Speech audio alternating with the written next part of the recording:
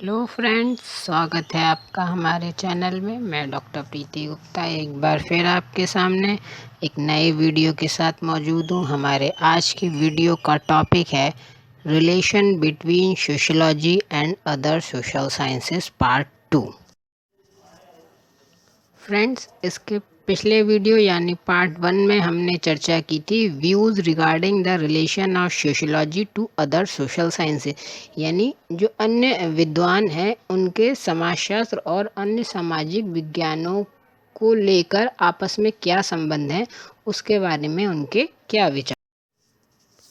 और आज अपने सेकंड पार्ट में हम बात करते हैं कि समाजशास्त्र का अन्य सामाजिक विज्ञानों जैसे anthropology, philosophy, history, psychology, political science और इकोनॉमिक्स जैसे सामाजिक विज्ञानों के साथ उनका क्या संबंध है।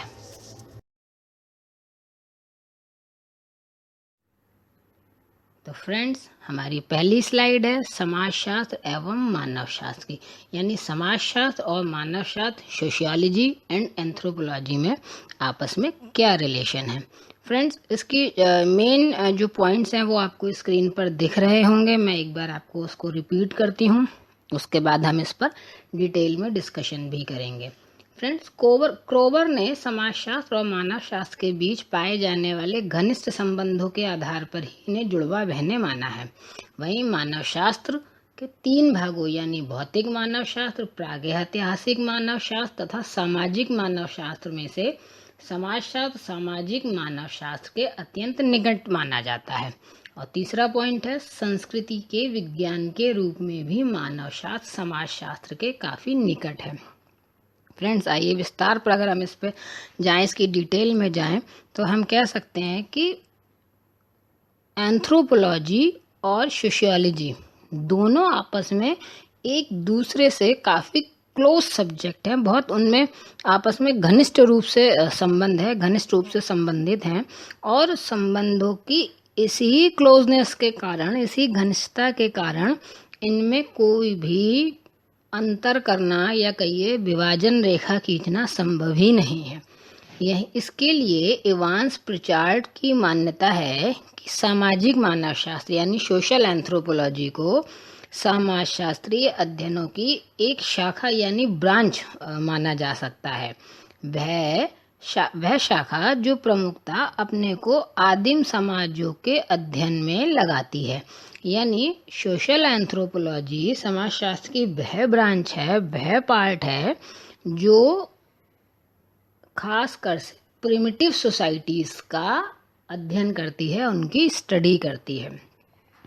फ्रेंड्स, वहीं क्रोबर ने समाजशास्त्र और मानवशास्त्र के बीच पाए जाने वाले घनिष्ठ संबंधों के आधार पर ही इन्हें जुड़वा बहने माना है। यानी वो ये नहीं कहते कि समाजशास्त्र और मानवशास्त्र में थोड़ा सा भी अंतर है, वो दोनों को सेम मानते हैं, जैसे दो जुड़वा बहनें जो एक सी रहती हैं। इसीलिए इन्होंने उसे जुड़वा बहनों की संज्ञा दी है।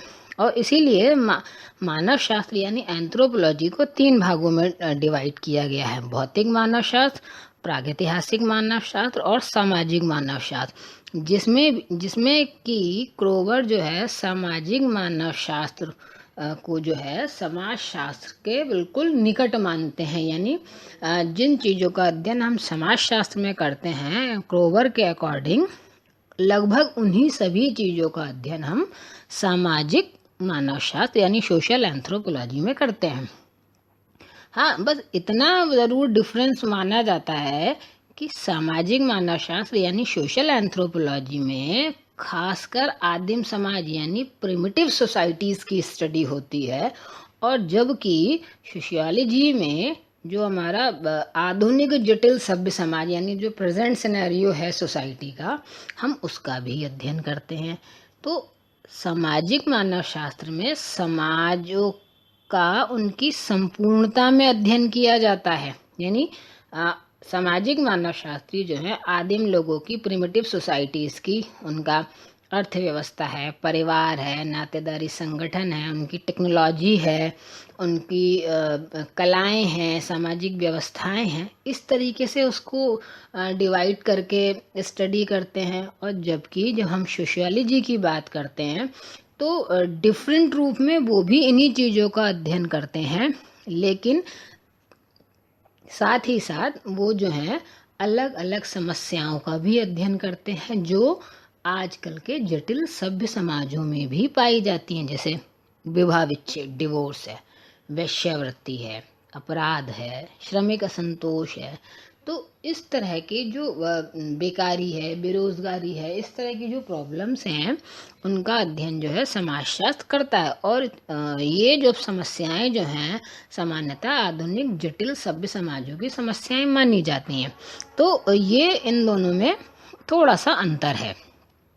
वहीं फ्रेंड्स, संस्कृति के विज्ञान के रूप में भी मानव शास्त्र समाज शास्त्र के काफ़ी निकट कहा जाता है, क्योंकि किसी भी समाज के संबंध में एग्जैक्ट जानकारी प्राप्त करने के लिए, एग्जैक्ट नॉलेज के लिए उस समाज के कल्चर को समझना बहुत इम्पोर्टेंट है।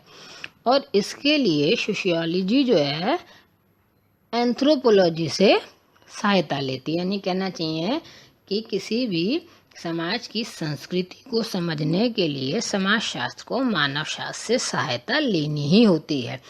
साथ ही मानव शास्त्र को संस्कृति की उत्पत्ति और विकास को जानने के लिए समाजशास्त्र द्वारा अध्ययन की जाने वाली सामाजिक अंतःक्रियाओं एवं सामाजिक संबंधों की व्यवस्था से परिचित होना पड़ता है। यानी संस्कृति को जानने के लिए समाजशास्त्र मानव शास्त्र से, और संस्कृति की उत्पत्ति और विकास को समझने के लिए मानव शास्त्र को समाजशास्त्र से हेल्प लेनी पड़ती है। तो संस्कृति के विकास में योग देने वाले जितने भी कारक होते हैं उनकी जानकारी चूंकि समाजशास्त्र ही करता है, तो समाजशास्त्र सामाजिक अंतःक्रियाओं का अध्ययन करता है और इन्हीं अंतःक्रियाओं के फलस्वरूप या परिणाम स्वरूप ही किसी समाज की संस्कृति की उत्पत्ति और विकास होता है। तो क्लियर है दोस्तों कि दोनों विज्ञान एक दूसरे पर काफ़ी हद तक निर्भर हैं। इस संबंध में खासकर इंडियन सिनेरियो के रेफरेंस में बॉटोमोर ने कहा कि भारतीय समाज ना तो आदिम समाजों के समान पूरी तरह से पिछड़ा हुआ है, जैसे प्रिमिटिव सोसाइटीज़ जो होती हैं उनको हम जो है थोड़ा पिछड़ा समाज मानते हैं क्योंकि वो आज की तरह एडवांस नहीं है। तो वो कहते हैं कि भारतीय समाज ना तो आदिम समाजों के समान पूरी तरह से पिछड़ा हुआ है और ना ही औद्योगिक समाजों के समान पूर्णतः विकसित ही है। तो ऐसे में भारत में समाजशास्त्रीय अन्वेषण जो है, चाहे वो किसी से भी संबंधित हो, चाहे वो कास्ट सिस्टम से हो, रूरल कम्युनिटी से हो, या इंडस्ट्रियलाइजेशन से हो, या उसके इम्पैक्ट के बारे में जानना हो, तो समाजशास्त्रियों या मानवशास्त्रियों इन्हीं दोनों के द्वारा किए जाते हैं और किए जाने भी चाहिए। तो इस प्रकार बॉटोमोर के अकॉर्डिंग इन दोनों विषयों में किसी प्रकार का विभाजन संभव ही नहीं है। वो इन दोनों में कोई भी अंतर जो है अनावश्यक मानते हैं और इस नाते इन समाजशास्त्रियों का मानना है कि समाजशास्त्र और मानव शास्त्र का आपस में बेहद ही घनिष्ठ संबंध है। फ्रेंड्स, हालांकि दोनों विषय में बहुत घनिष्ठता है और विभिन्न समाजशास्त्रियों ने उसी आधार पर दोनों विषयों को अलग अलग संज्ञाएं भी दी हैं, लेकिन कितना भी घनिष्ठ संबंध हो, लेकिन दोनों जो हैं अलग अलग विषय हैं। अध्ययन के दृष्टिकोण से भी दोनों में का जो है स्टडी अलग अलग की जाती है। तो इस नाते दोनों एक विषय तो नहीं हो सकते और इसके लिए इनमें जो महत्वपूर्ण अंतर हैं उनके ऊपर चर्चा करनी आवश्यक हो जाती है कि सोशियोलॉजी और एंथ्रोपोलॉजी में बेसिक डिफरेंसेस क्या हैं। तो सबसे पहले जो बेसिक इनके बीच में डिफरेंस है वो है विषय क्षेत्र का। यानी इनमें विषय क्षेत्र की दृष्टि से काफ़ी अंतर पाया जाता है, क्योंकि एंथ्रोपोलॉजी मेनली प्रिमिटिव सोसाइटीज़ की स्टडी करती है और जबकि सोशियोलॉजी जो है वो सभ्य समाजों का अध्ययन करता है। यानी कि जो इनके विषय क्षेत्र हैं, जो इनके सब्जेक्ट मैटर हैं वो अलग अलग हैं। साथ ही इन दोनों में पद्धति संबंधी, यानी जो हम रिसर्च करते हैं उनके लिए जो मेथड और टेक्निक यूज़ करते हैं उससे रिलेटेड भी इसमें अंतर पाया जाता है। कह सकते हैं कि मानव शास्त्र में मेनली सहभागी अवलोकन पद्धति यानी पार्टिसिपेंट ऑब्जर्वेशन मेथड का प्रयोग किया जाता है, और दूसरी ओर एक समाजशास्त्री को सैम्पलिंग या शेड्यूल, क्वेश्चनर, इस तरह से टेक्निक यूज़ करके, मेथड यूज़ करके जो है सूचनाएं एकत्रित करनी पड़ती हैं, डेटा कलेक्ट करना पड़ता है, और जो प्रलेख हैं और सांख्यिकी पद्धति हैं साथ ही साथ उनका सहारा भी लेना पड़ता है। तो इनमें बेसिक जो अंतर दूसरा खास है वो स्टडी मेथड का अंतर हम कह सकते हैं। इसके अलावा एक और चीज़ है कि समाजशास्त्र का सामाजिक दर्शन के साथ, तो दूसरी ओर नियोजन के साथ, नियोजन यानी प्लानिंग के साथ भी जो है बहुत खास संबंध पाया जाता है, घनिष्ठ संबंध पाया जाता है। इस संदर्भ में इवांस प्रिचार्ड ने कहा भी है कि समाजशास्त्र केवल इस बात का पता लगाने की कोशिश नहीं करता कि संस्थाएं कैसे कार्य करती हैं, बल्कि वो ये भी बताता है कि उन्हें कैसे कार्य करना चाहिए, कैसे परिवर्तित होना चाहिए। जबकि जब हम मानव शास्त्र की बात करते हैं तो वो अपने आप को इस तरह की चीज़ों से या कहिए इस तरह के विचारों से दूर रखता है, मतलब अपने आप को वो क्या करना चाहिए ऐसा बिल्कुल भी नहीं बताता है। साथ ही साथ मानव शास्त्री जो होते हैं यानी एंथ्रोपोलॉजिस्ट जो होते हैं वो अधिकतर छोटे छोटे आत्मनिर्भर समूह यानी जनजातीय समूहों का खासकर या उस तरह के समुदायों का अध्ययन करते हैं, जबकि समाजशास्त्री जो है चूँकि जटिल सभ्य समाज का अध्ययन करता है तो सामान्यतः उनके अध्ययन का विषय बहुत बड़ा व्यापक होता है, और वो अवैयक्तिक संगठन, सामाजिक प्रक्रियाएं, मतलब इस तरह की जो बड़ी चीज़ें होती हैं, बड़ा विषय क्षेत्र उनका होता है और उसका वो अध्ययन करते हैं। फ्रेंड्स, अब हम बात करते हैं दूसरे सामाजिक विज्ञान की यानी दर्शन शास्त्र की। यानी समाजशास्त्र और दर्शन शास्त्र में, सोशियोलॉजी और फिलॉसफी में आपस में क्या रिलेशन है। फ्रेंड्स, तो दर्शन शास्त्र यानी फिलॉसफी की परिभाषा देते हुए R.W. सेलर्स ने लिखा है एक जगह कि दर्शन शास्त्र एक व्यवस्थित विचार द्वारा विश्व और मनुष्य की प्रकृति के विषय में ज्ञान प्राप्त करने का निरंतर प्रयत्न है। यानी फिलॉसफी जो है वो ह्यूमन नेचर के बारे में जानकारी इकट्ठा करने के लिए स्टडी करता है।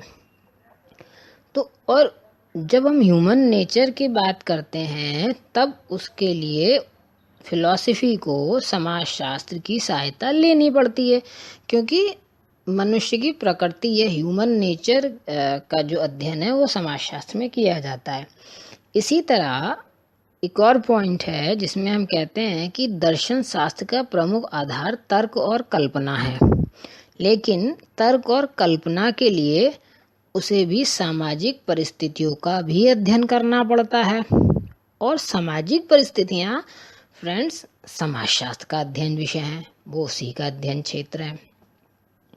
लेकिन फ्रेंड्स समाजशास्त्र के अंतर्गत रूढ़ियों, परंपराओं, जनरीतियों आदि का जो निर्माण होता है वो तर्क और कल्पना के आधार ही पर किया जाता है, और इसके लिए यानी तर्क और कल्पना के आधार के लिए समाजशास्त्र को दर्शन शास्त्र पर निर्भर रहना पड़ता है, और दर्शन शास्त्र आदर्शों और मूल्यों का भी अध्ययन करता है, और समाजशास्त्र इन्हीं मूल्यों व आदर्शों का अध्ययन जो है सामाजिक पृष्ठभूमि में करता है।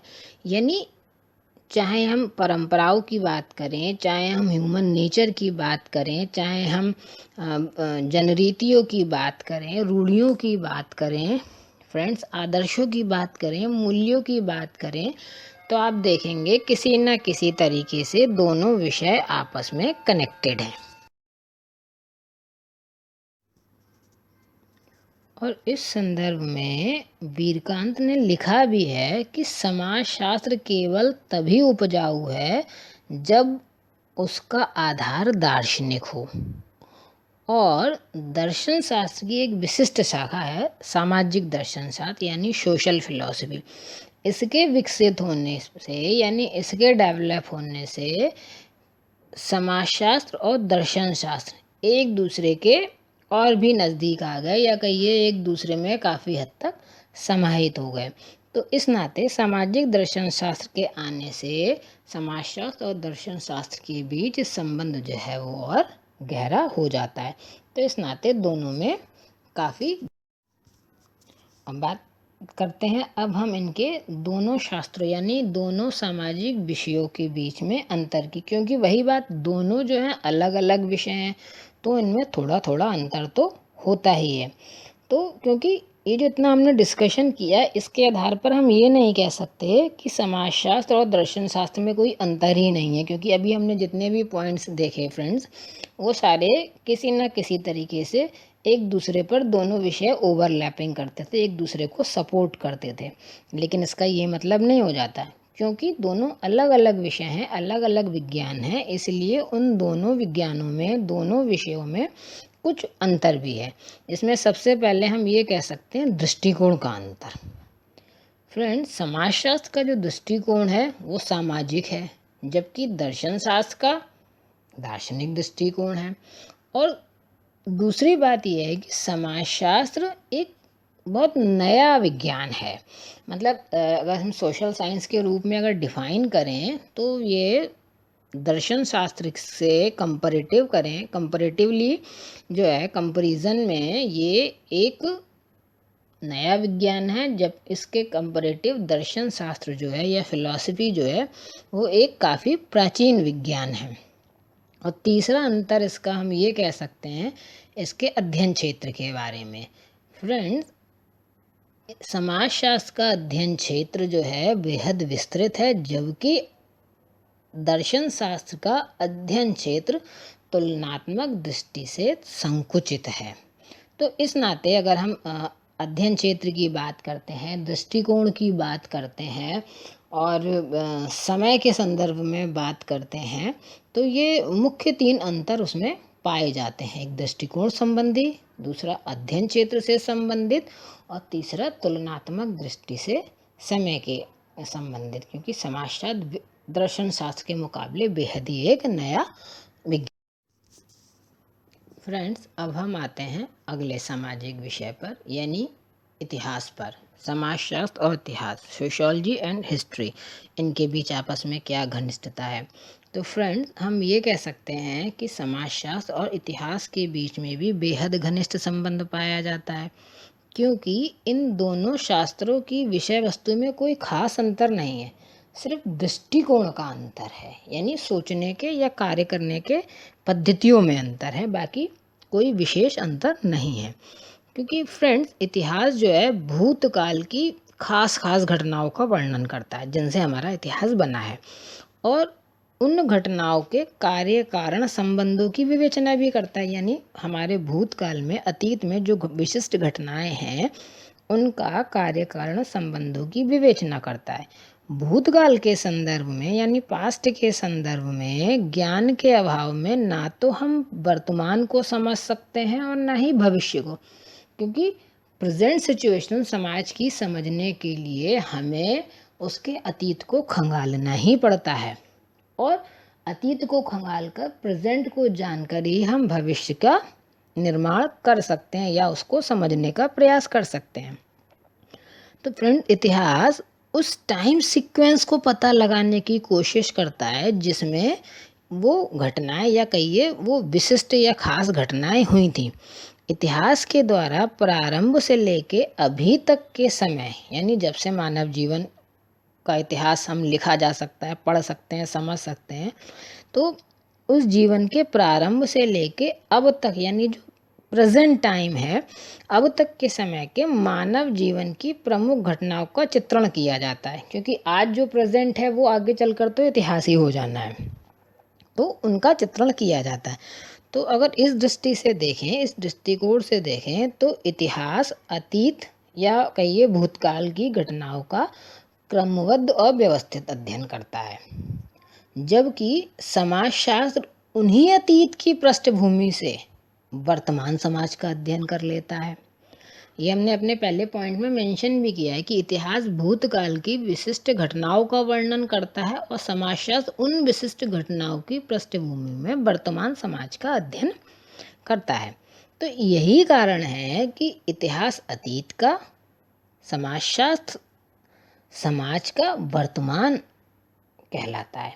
यानी अगर ऐसे थोड़ा सा और इजी वे में कहें तो इतिहास जो है अतीत का समाजशास्त्र है और समाजशास्त्र जो है वो समाज का वर्तमान इतिहास है, क्योंकि आज जो वर्तमान है कल को वो इतिहास होने वाला है।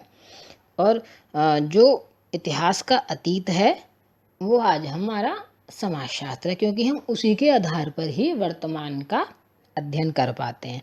फ्रेंड, दूसरा हमारा पॉइंट मेंशन है, स्लाइड पे आपको दिख रहा होगा कि समाजशास्त्र और इतिहास दोनों ही सभ्यता एवं संस्कृति का अध्ययन करते हैं, लेकिन इनमें इतना अंतर है कि इतिहासकार का अध्ययन एक टाइम सीक्वेंस के संदर्भ में होता है, यानी एक जो उनका समय क्रम है उसके अनुसार होता है, और जबकि समाजशास्त्री जो है वर्तमान समय की सभ्यता या संस्कृति का अध्ययन करता है।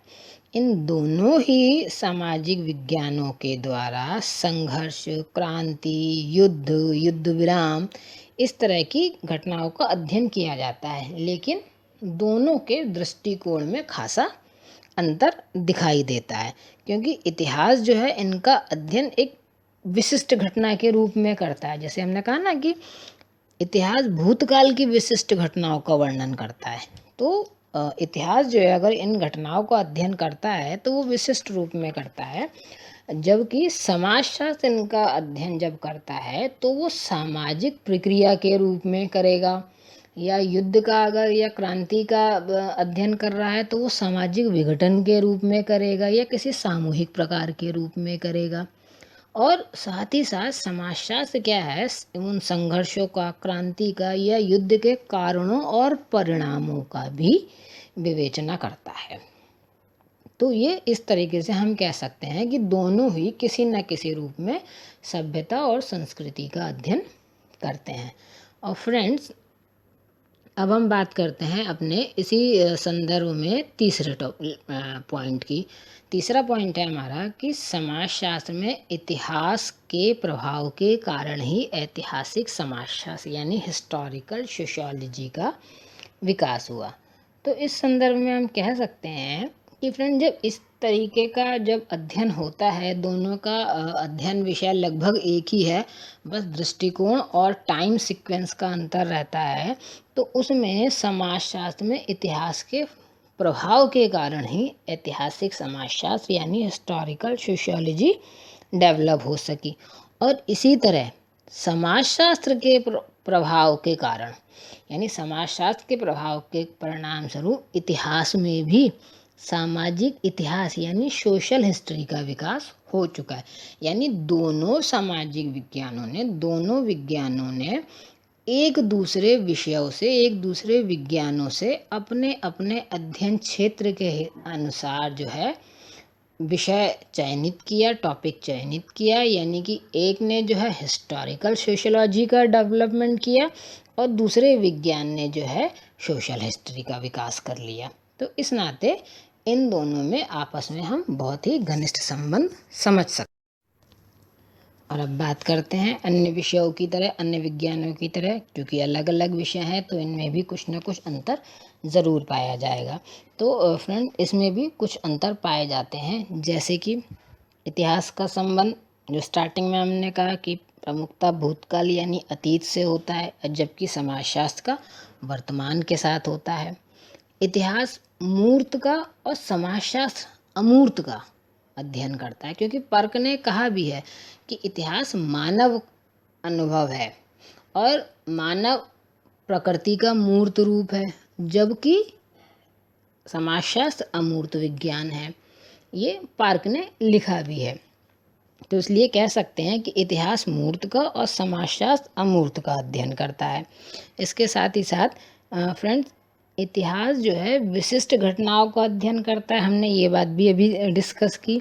लेकिन समाजशास्त्र विभिन्न घटनाओं के आधार पर जो है उनका जर्नलाइजेशन करता है, उनका सामान्यीकरण करता है, वो चीज़ों को विशिष्ट रूप में नहीं लेता। फ्रेंड्स इसमें बारे में जो है वीरस्टीड ने लिखा भी है कहीं कि इतिहास अपने को समान घटनाओं में भिन्नता का पता लगाने में लगाता है अपना समय, जबकि समाजशास्त्र अपने को विभिन्न घटनाओं में समानताओं का पता लगाने में ज़्यादा समय लगाता है। तो इस तरीके से हम कह सकते हैं कि इतिहास में विवरणात्मक और ऐतिहासिक पद्धति का प्रयोग होता है, जबकि समाजशास्त्र में वैज्ञानिक विश्लेषणात्मक एवं तुलनात्मक पद्धतियों का प्रयोग ज़्यादा किया जाता है।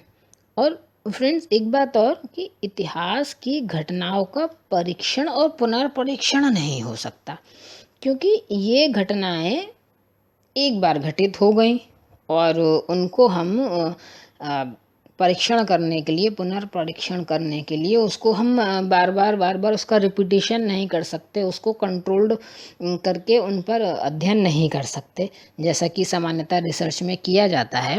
और जबकि समाजशास्त्र में निष्कर्षों का जो परीक्षण और पुनर्परीक्षण है, वो दोनों ही चीज़ें संभव हैं।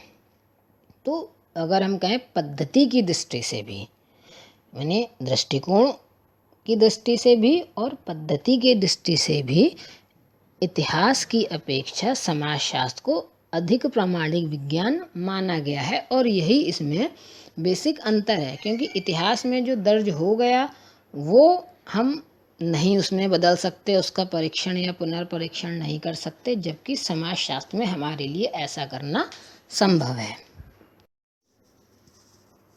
फ्रेंड्स, इसी तरह से मनोविज्ञान यानी साइकोलॉजी भी एक अन्य विज्ञान है, या कहिए अन्य ऐसा विज्ञान है जिसका समाजशास्त्र से घनिष्ठ संबंध है।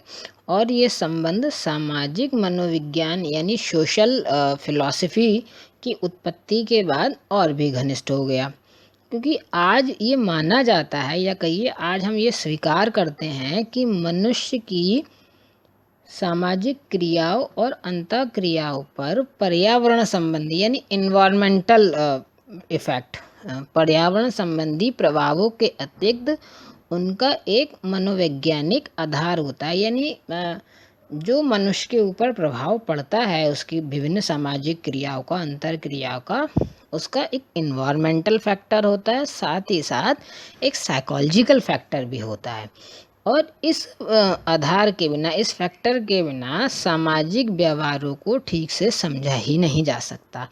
इसी कारण हम कह सकते हैं कि इन दोनों विज्ञानों में घनिष्ठता है और निरंतर बढ़ भी रही है। फ्रेंड्स, मनोविज्ञान जो है मनुष्य के मानसिक विचारों और अनुभवों का अध्ययन करने वाला विज्ञान है। दूसरे शब्दों में हम ये कहें कि ये मानव स्वभाव या उसकी मानसिक प्रक्रियाओं को अध्ययन करने वाला विज्ञान है, जबकि सामान्य मनोविज्ञान, जब हम जर्नल साइकोलॉजी की बात करते हैं, जर्नल साइकोलॉजी यानी सामान्य मनोविज्ञान की बात करते हैं, तो हम कह सकते हैं कि मनुष्य की सामाजिक अवस्था या कहिए अंतःक्रियाओं से अपने को संबंधित किए बिना ही उसके मानसिक विचारों यानी उसके थॉट्स और अनुभवों को समझने का प्रयत्न करते हैं।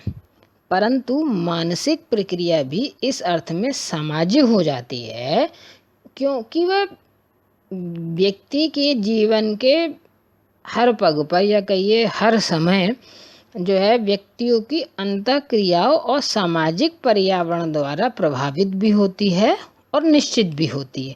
यानी मनुष्य के बीच में जो अंतःक्रियाएं होती हैं या उस समय का जो उनके आसपास का जो सोशल इन्वायरमेंट होता है, उससे किसी भी मनुष्य के एक्शन जो है वो प्रभावित होते हैं, यानी उसके कृत्य जो हैं वो प्रभावित होते हैं और उन्हीं के अनुसार वो डिसाइड करता है। जो हमारा आसपास का सोशल एनवायरनमेंट होता है उसी के द्वारा तो फ्रेंड्स हम लोग ये डिसाइड कर पाते हैं ना कि हमें किस परिस्थिति में क्या करना चाहिए। यानी कि और अगर हम सरल शब्दों में कहें कि मनुष्य के जीवन और समाज के जीवन को हम तब तक नहीं समझ सकते जब तक इन दोनों यानी कि जो सोशल प्रोसेसेस हैं, सामाजिक प्रक्रियाएं हैं और मानसिक प्रक्रियाएं हैं, इन दोनों का एक दूसरे से संबंधित रूप से अध्ययन ना करें। यानी मानव जीवन और उसके सोशल लाइफ, ह्यूमन लाइफ और सोशल लाइफ को हम मिलाकर तब तक नहीं समझ सकते हैं जब तक हम किसी व्यक्ति की मानसिक प्रक्रिया और सामाजिक प्रक्रियाओं का एक कॉमन तरीके से उसका अध्ययन ना करें, उसकी स्टडी ना कर पाएँ। और जब हम ये चीज़ समझ ली हमने, यानी जो विद्वानों ने जब ये चीज़ समझ ली, तो उसी की वजह से मनोविज्ञान में एक नई शाखा का डेवलपमेंट हुआ जिसे सामाजिक मनोविज्ञान यानी सोशल साइकोलॉजी कहा गया।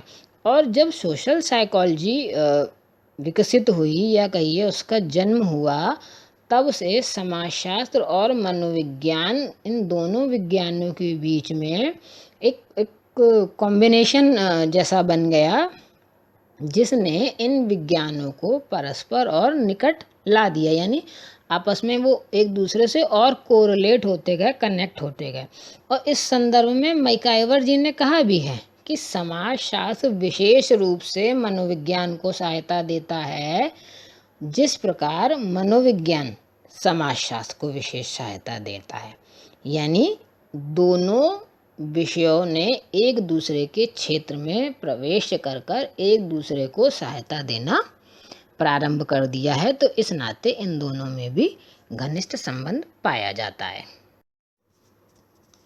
फ्रेंड्स, इतने डिस्कशन से हम ये तो समझ गए कि मनोविज्ञान और समाजशास्त्र में बहुत घनिष्ठ संबंध है, लेकिन ये भी नहीं मान लेना ठीक होगा कि इन दोनों में कोई अंतर ही नहीं है। वास्तव में मौलिक दृष्टिकोण या जो कहिए कि जो बेसिक रूप से इन दोनों की अध्ययन वस्तु में अंतर पाया जाता है।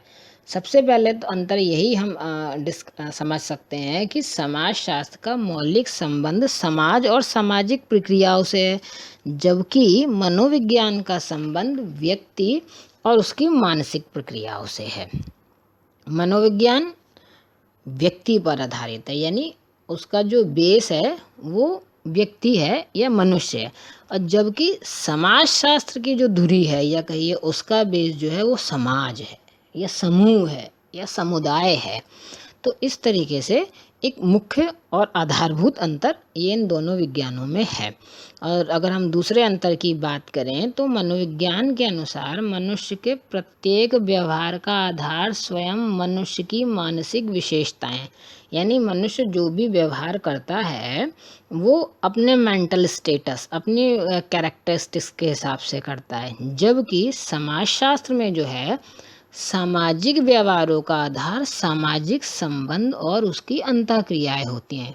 यानी समाजशास्त्र में जो व्यक्ति का सोशल बिहेवियर होता है वो क्या सोचता है, उसकी मानसिक स्थिति है, उसके अनुरूप ना होकर जो उसके सामाजिक संबंध होते हैं या सामाजिक संबंधों में जो अंतःक्रियाएं पाई जाती हैं उसके हिसाब से होता है। तो अगर इसको और उससे कहें तो कह सकते हैं कि मनोविज्ञान का दृष्टिकोण वैयक्तिक है, पर्सनल है, जबकि समाजशास्त्र जो है वो सामाजिक दृष्टिकोण से कार्य करता है। और इसका तीसरा अंतर जो है वो मुख्य अंतर इन दोनों में उपयोग की जाने वाली पद्धतियों यानी मेथड्स का है। मनोविज्ञान के अध्ययन में प्रयोगशाला पद्धति यानी कह सकते हैं एक्सपेरिमेंटल मेथड, और विकास संबंधी पद्धति यानी डेवलपमेंटल मेथड का उपयोग किया जाता है, जबकि समाजशास्त्र में सांख्यिकी पद्धति, स्टैटिस्टिकल मेथड, वैयक्तिक जीवन अध्ययन पद्धति यानी case study, sociometry, questionnaire, schedule, इस तरह की प्रविधियों का प्रयोग होता है। तो इस नाते हम ये कह सकते हैं कि दृष्टिकोण के आधार पर या कहिए व्यवहार के आधार पर या कहिए पद्धतियों के आधार पर, ये इन तीनों आधार पर इन दोनों विषयों में एक भौतिक अंतर या कहिए मूल अंतर ये पाए जाते हैं। फ्रेंड्स, अन्य सामाजिक विज्ञानों की तरह समाजशास्त्र और राजनीति शास्त्र यानी सोशियोलॉजी और पॉलिटिकल साइंस के बीच भी घनिष्ठ संबंध पाया जाता है। कुछ समय पूर्व तक हम कह सकते हैं राज्य और समाज में कोई भेद नहीं किया जाता था, और शायद इसी कारण समाजशास्त्र और राजनीति शास्त्र सामान्यतः मोटे तौर पर एक ही विषय के अंतर्गत आते थे, या कहिए कि एक ही विषय के अंतर्गत समझे जा सकते थे। लेकिन 18वीं और 19वीं शताब्दी में राज्य और समाजों में अंतर किया जाने लगा, तथा राज्य का अध्ययन राजनीति शास्त्र द्वारा और समाज का अध्ययन, यानी जिसमें परिवार, धर्म, इस तरह के जो तथ्य आने लगे, इस तरह के टॉपिक आने लगे, इनका अध्ययन जो है समाजशास्त्र के द्वारा किया जाने लगा। फ्रेंड्स, चूँकि राजनीति शास्त्र की रुचि मेनली सत्ता के अध्ययन में, यानी पावर के अध्ययन में रही, और इस शास्त्र के द्वारा यानी राजनीति के द्वारा राज्य और राजकीय प्रशासन के अध्ययन पर खास जोर आज भी दिया जाता है। राजनीति शास्त्र संगठित मानव संबंधों यानी संगठित मानव संबंध यानी जो खासकर उसमें राजनीतिक संबंध है उनका अध्ययन करता है। वो संबंध जिनको हम संगठित मानव संबंध या राजनीतिक संबंध कहते हैं, ये बेसिकली संबंध सामाजिक संबंधों का ही एक अंग है। और सामाजिक संबंधों का अध्ययन कौन करता है? ऑब्वियसली समाजशास्त्र। तो उस नाते जो राजनीति के संबंध हैं वो सामाजिक संबंधों का अंग हैं, और उन यानी कहिए उस अंग विशेष का यानी सामाजिक संबंध का अध्ययन जो है वो समाजशास्त्र द्वारा किया जाता है।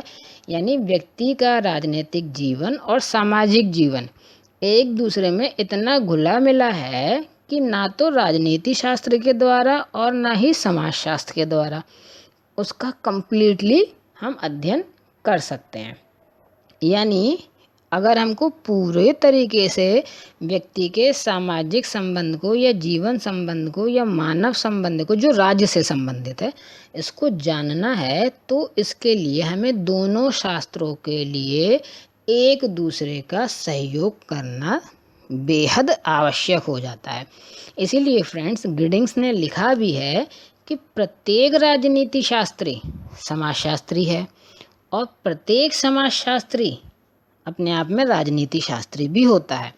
गिडिंग्स के अनुसार समाजशास्त्र के प्राथमिक सिद्धांतों से अपरिचित लोगों को राज्य के सिद्धांतों को पढ़ाना उसी प्रकार बेकार है जिस तरह किसी ऐसे व्यक्ति को एस्ट्रोनॉमी पढ़ाना जिसने न्यूटन के सिद्धांत को सीखा ही नहीं, ऐसा गिडिंग्स का मानना है।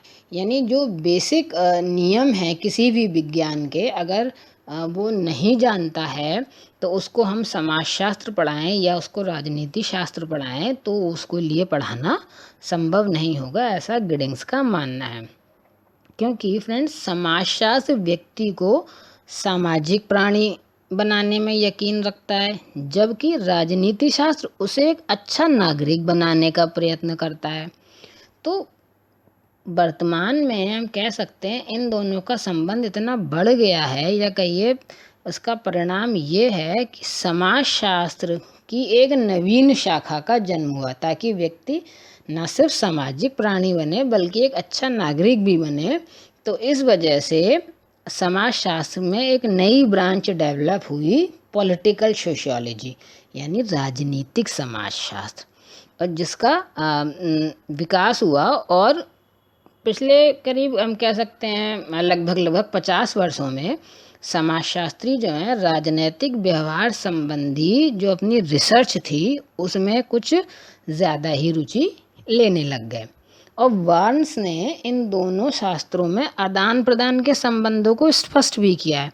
उन्होंने लिखा है कि समाजशास्त्र तथा आधुनिक राजनीति सिद्धांत के संबंध में सबसे अधिक महत्वपूर्ण बात यह है कि राजनीतिक सिद्धांत में पिछले कुछ वर्षों में या कई अधिकांश वर्षों में होने वाले अधिकांश परिवर्तन समाजशास्त्र द्वारा सुझाए गए और बताए गए मार्ग से या समाजशास्त्र द्वारा सुझाए गए ढंग के अनुसार ही हुए हैं।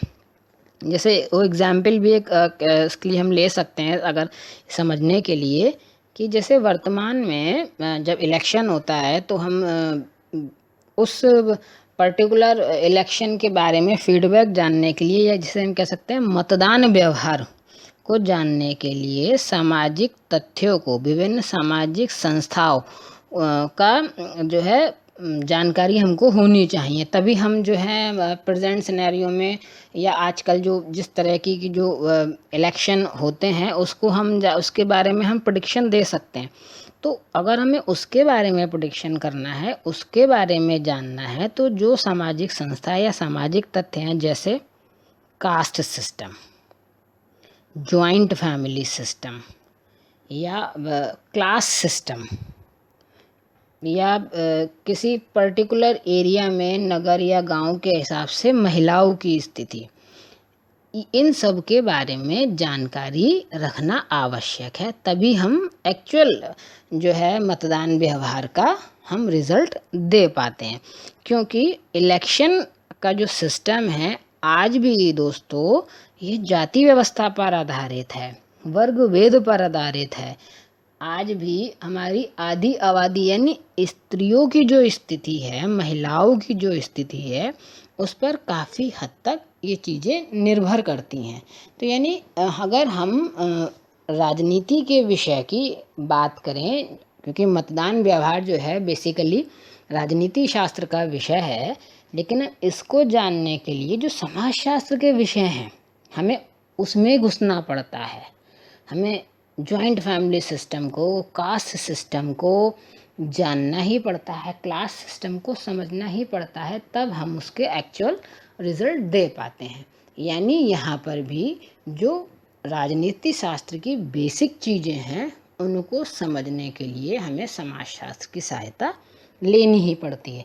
तो इस नाते हम कह सकते हैं कि जो है ये दोनों ही विषय ऐसे हैं जो अलग अलग ज़रूर हैं, लेकिन किसी न किसी रूप में एक दूसरे के विषय क्षेत्र में प्रवेश करते हैं। इस नाते भी इनमें घनिष्ठ संबंध पाया जाता है।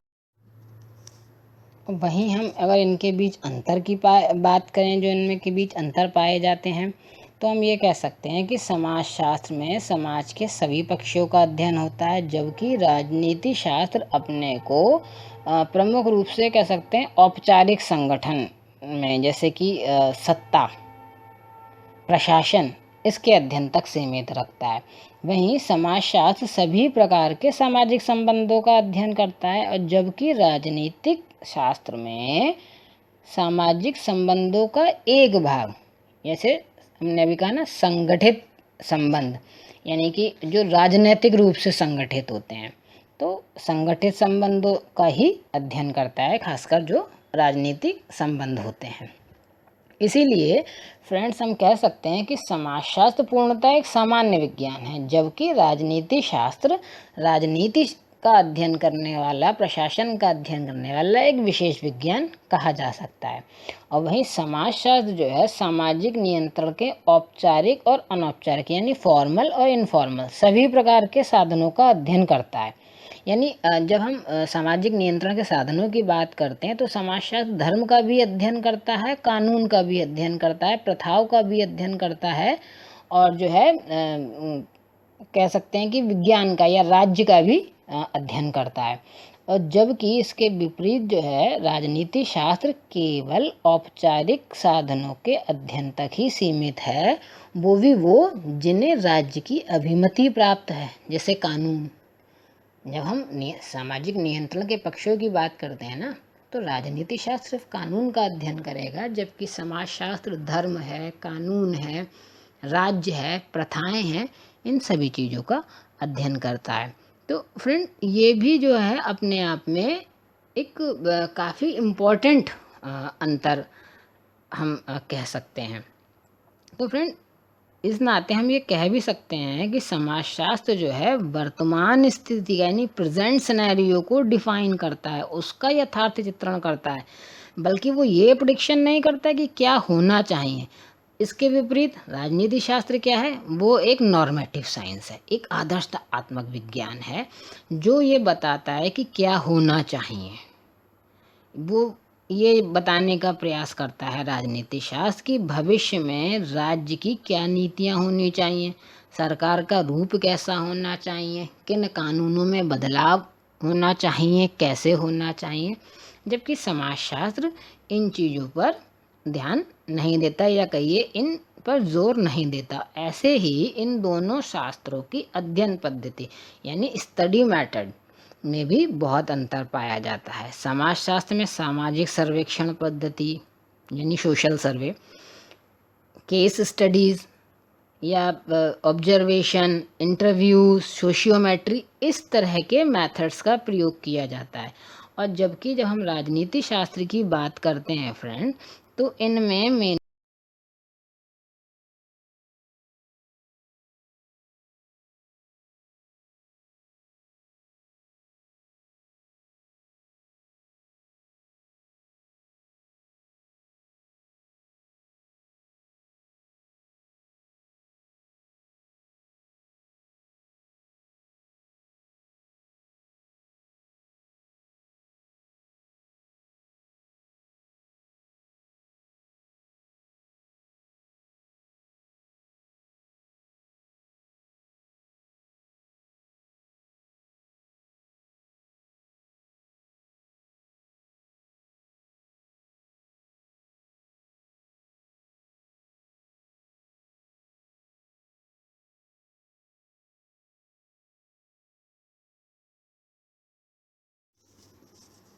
और फ्रेंड्स, अब हम बात करते हैं इस टॉपिक के अंतिम विज्ञान की, यानी अंतिम सामाजिक विज्ञान अर्थशास्त्र की।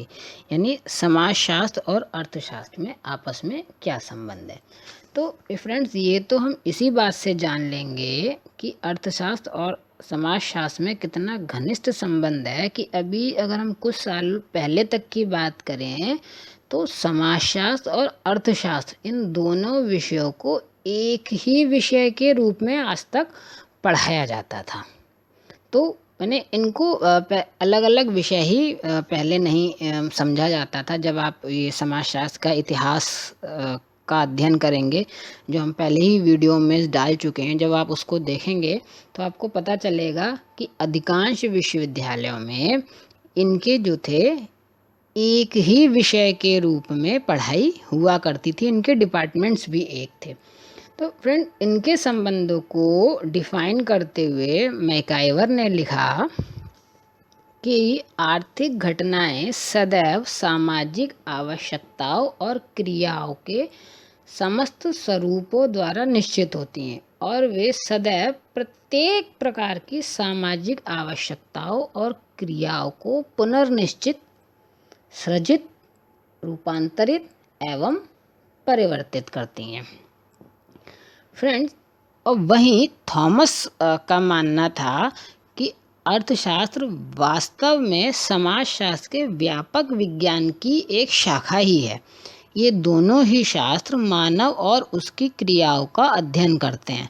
बस इतना अंतर अवश्य है कि अर्थशास्त्र में यानी इकोनॉमिक्स में मानव की आर्थिक क्रियाओं का अध्ययन होता है, और जबकि समाजशास्त्र में उसके सामाजिक जीवन के सभी पक्षों का अंतर किया जाता है।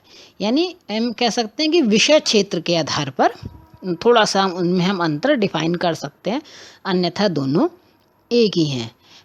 और ये दोनों सामाजिक विज्ञान किस रूप से घनिष्ठ हैं, या कहिए कितने संबंधित हैं एक दूसरे से, कि अनेक यूनिवर्सिटीज़ में समाजशास्त्र और दर्शन शास्त्र का काफ़ी समय तक एक ही डिपार्टमेंट हुआ करता था।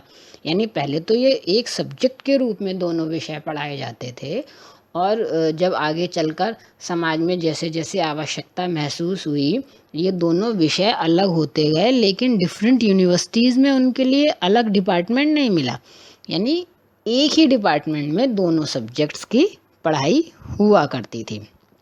और इसके अलावा हम ये भी कह सकते हैं कि बहुत से विद्वान दोस्तों ऐसे भी हैं जो अर्थशास्त्री होने के साथ साथ समाजशास्त्री भी कहलाएं। जैसे कार्ल मार्क्स का नाम इसमें प्रमुखता से लिया जा सकता है। जब हम अर्थशास्त्र का अध्ययन करते हैं तो कार्ल मार्क्स और पेरेटो को पढ़ते हैं, वेवलिन को पढ़ते हैं। वहीं जब हम समाजशास्त्र का अध्ययन करते हैं, समाजशास्त्र की पढ़ाई करते हैं, तब इन विद्वानों को हम समाजशास्त्र में भी पढ़ते हैं। यानी समाजशास्त्री और अर्थशास्त्री ऐसे हैं जो दोनों विषयों में कार्य करते हैं, या दोनों क्षेत्रों में जिनकी बराबर की दखल रही है। तो अगर हम इसको और डिफाइन करें तो ये कह सकते हैं कि क्योंकि व्यक्ति की सामाजिक क्रियाओं और व्यवहार पर आर्थिक परिस्थितियों का, और उसकी आर्थिक क्रियाओं और आर्थिक व्यवहार पर उसकी सामाजिक परिस्थितियों का निश्चित रूप से बहुत प्रभाव पड़ता है। क्योंकि वास्तव में समाज विशेष की परंपराएं, प्रथाएं, संस्थाएं, लोकमत, लोक विश्वास जो हैं, ये सारी चीज़ें मानव जीवन की आर्थिक क्रियाओं को बहुत हद तक प्रभावित करती हैं, और स्वयं आर्थिक क्रियाएं भी सामाजिक संरचना को भी बहुत हद तक प्रभावित करती हैं। यह जब हम अपने डेली लाइफ में देखेंगे ना, तो हमारे व्यवहार से हमारी आर्थिक क्रियाएं और हमारी जो आर्थिक संरचना है या आर्थिक क्रियाएं हैं, उससे हमारे व्यवहार या सामाजिक संरचनाओं में बहुत परिवर्तन आते हैं। तो इस नाते हम ये कहते हैं कि दोनों एक दूसरे में इतना घुल मिल गई हैं कि दोनों की क्रियाओं से एक दूसरे में क्या व्यवहार होता है, कई बार हम बहुत ज़्यादा समझ भी नहीं पाते हैं। तो हम ये कह सकते हैं कि आज अर्थशास्त्र और समाजशास्त्र दोनों ही विषय ऐसे हैं जो ऐसी समस्याओं का अध्ययन करते हैं जो सीधे सीधे एक दूसरे के क्षेत्र के अंतर्गत आती हैं, जैसे औद्योगिकीकरण, नगरीकरण, श्रम संबंधी समस्याएं या श्रम कल्याण की योजनाएं।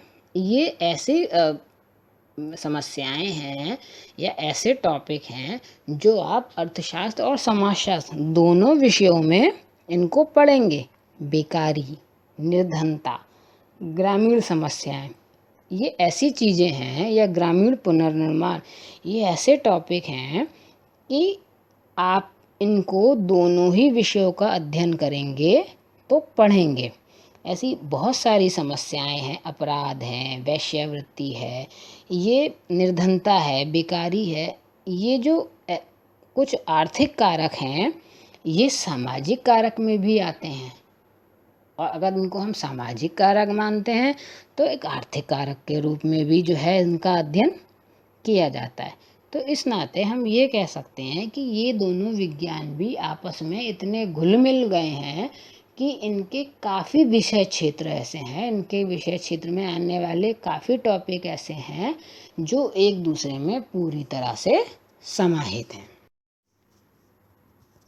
फ्रेंड्स, एक दूसरे में ये विषय, या कहिए इनके विषय क्षेत्र इतने समाहित होने के बावजूद भी, या कहिए इतने घनिष्ठ संबंध होने के बावजूद भी, इन दोनों शास्त्रों में या विज्ञानों में पर्याप्त भिन्नता पाई जाती है। यानी काफ़ी डिफरेंसेस हैं जो इन दोनों में पाए जाते हैं, और जो दोनों को अलग अलग विज्ञानों के रूप में स्थापित करते हैं। पहला अंतर तो यही है दोस्तों, समाजशास्त्र मनुष्य के सामाजिक जीवन के प्रत्येक पहलू का सामान्य अध्ययन करता है, जबकि इकोनॉमिक्स क्या करता है, वो सिर्फ व्यक्ति के आर्थिक पहलू का ही विशिष्ट अध्ययन करता है। तो इस रूप में हम सोशियोलॉजी को एक जनरल सोशल साइंस कहते हैं, और जबकि हम इकोनॉमिक्स को एक स्पेशल साइंस कहते हैं। क्योंकि एक सामान्य विज्ञान होने के नाते समाजशास्त्र का क्षेत्र अत्यंत व्यापक है, एक व्यापक विज्ञान कहा जा सकता है, जबकि अर्थशास्त्र सिर्फ एक विशेष विज्ञान की श्रेणी में आता है, व्यापक की नहीं। सेकंड डिफरेंस उसमें अगर हम कहेंगे तो हम ये कह सकते हैं कि इनकी अध्ययन पद्धतियों के बारे में है, यानी जो इनका जो स्टडी मेथड है उसके बारे में। सोशियोलॉजी में फ्रेंड्स सोशल सर्वे मेथड है, केस स्टडी मेथड है, ऑब्जर्वेशन मेथड है, इस तरह की पद्धतियों का प्रयोग होता है। क्वेश्चनर का, शेड्यूल का, हम इस तरह की पद्धतियों का प्रयोग करते हैं। जबकि अर्थशास्त्र में अगर हम बात करते हैं तो मुख्यतः आगमन और निगमन पद्धति यानी इंडक्टिव और डिडक्टिव मेथड, या फिर कह सकते हैं कि सांख्यिकीय पद्धति स्टैटिस्टिक्स मेथड, इसका ही प्रयोग होता है फ्रेंड्स। और तीसरा और इम्पॉर्टेंट, मतलब ये भी इम्पॉर्टेंट है, अंतर है कि समाजशास्त्रीय नियम सामाजिक व्यवहार से संबंधित होते हैं।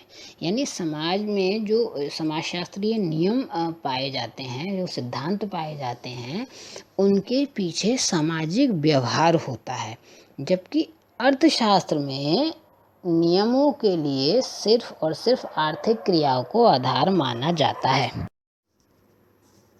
तो फ्रेंड्स, रिज़ल्ट या कहिए कंक्लूज़न के रूप में हम ये कह सकते हैं, या कहिए हम डॉक्टर राधाकृष्णन की बात को कोट कर सकते हैं कि समाजशास्त्र व विशेष सामाजिक विज्ञानों, जिसमें अर्थशास्त्र, राजनीति शास्त्र, सामाजिक मानव शास्त्र, सामाजिक मनोविज्ञान, इतिहास, दर्शन शास्त्र, ऐसे प्रमुख विषय हैं जो एक ही परिवार के सदस्य माने जाते हैं, या कहिए राधा कृष्णन के अनुसार इन्हें एक ही परिवार का सदस्य माना जाना चाहिए। और ये सभी सामाजिक विज्ञान जो हैं एक दूसरे के पूरक ही हैं, क्योंकि फ्रेंड हमने अभी संबंधों की बात की, हमने उनके बीच अंतर की बात की, तो ये सही है कि दोनों में, सभी विज्ञानों में समाजशास्त्र से कुछ संबंध है, काफ़ी घनिष्ठता भी है, लेकिन कुछ न कुछ अंतर भी है। तो कुछ ऐसे टॉपिक भी हैं जो दोनों में समान रूप से पाए जाते हैं, लेकिन कुछ ऐसा भी है जो प्रत्येक विज्ञान को उसका एक अलग अस्तित्व प्रदान करता है। यानी समाजशास्त्र और अन्य सामाजिक विज्ञान जो है, इनमें आपस में घनिष्ठ संबंध ज़रूर है, लेकिन विषय क्षेत्र और अध्ययन पद्धति के हिसाब से कह सकते हैं, या दृष्टिकोण के अकॉर्डिंग हम उनको डिफ़ाइन करेंगे, तो वो थोड़ा थोड़ा उनमें अंतर पाया जा सकता है। तो इस नाते ये राधा कृष्णन जी का जो कंक्लूज़न है, वो, या कहिए उनकी जो परिभाषा है, मुझे ज़्यादा सटीक मालूम पड़ती है कि ये सभी विज्ञान जो हैं, या ये सभी जो सामाजिक विज्ञान हैं, ये समाजशास्त्र समेत इन सभी सामाजिक विज्ञानों को न सिर्फ एक दूसरे का पारिवारिक सदस्य माना जाना चाहिए, यानी कि ना इन्हें एक ही परिवार का सदस्य माना जाना चाहिए, बल्कि हम ये भी कह सकते हैं कि ये सभी विज्ञान एक दूसरे के पूरक हैं। एक दूसरे के बिना इनका पूर्णतः स्वतंत्र अस्तित्व थोड़ा सा हमको मुश्किल जान पड़ता है। तो फ्रेंड्स, ये था हमारे इस वीडियो का अंतिम भाग, और मुझे उम्मीद है कि आपको ये ज़रूर समझ आया होगा और अच्छा लगा होगा कि समाजशास्त्र और अन्य सामाजिक विज्ञानों के बीच में क्या रिलेशन है। तो फ्रेंड्स, अगर आपको ये अच्छा लगे तो मेरे इस चैनल को लाइक कीजिए, शेयर कीजिए, सब्सक्राइब कीजिए, और साथ ही अपने वैल्यूएबल कमेंट्स ज़रूर दीजिए, ताकि अगर कहीं थोड़ी सी आपको कमी लगती है, या आपको इसमें कुछ और चाहिए, तो आप वो हमें बताएं, ताकि हम उसको ऐड कर सकें, और ये वीडियोस जो हैं आपके लिए कुछ लाभदायक सिद्ध हो सकें। तो friends, thanks for watching, and please like, share and subscribe my channel. Thank you very much.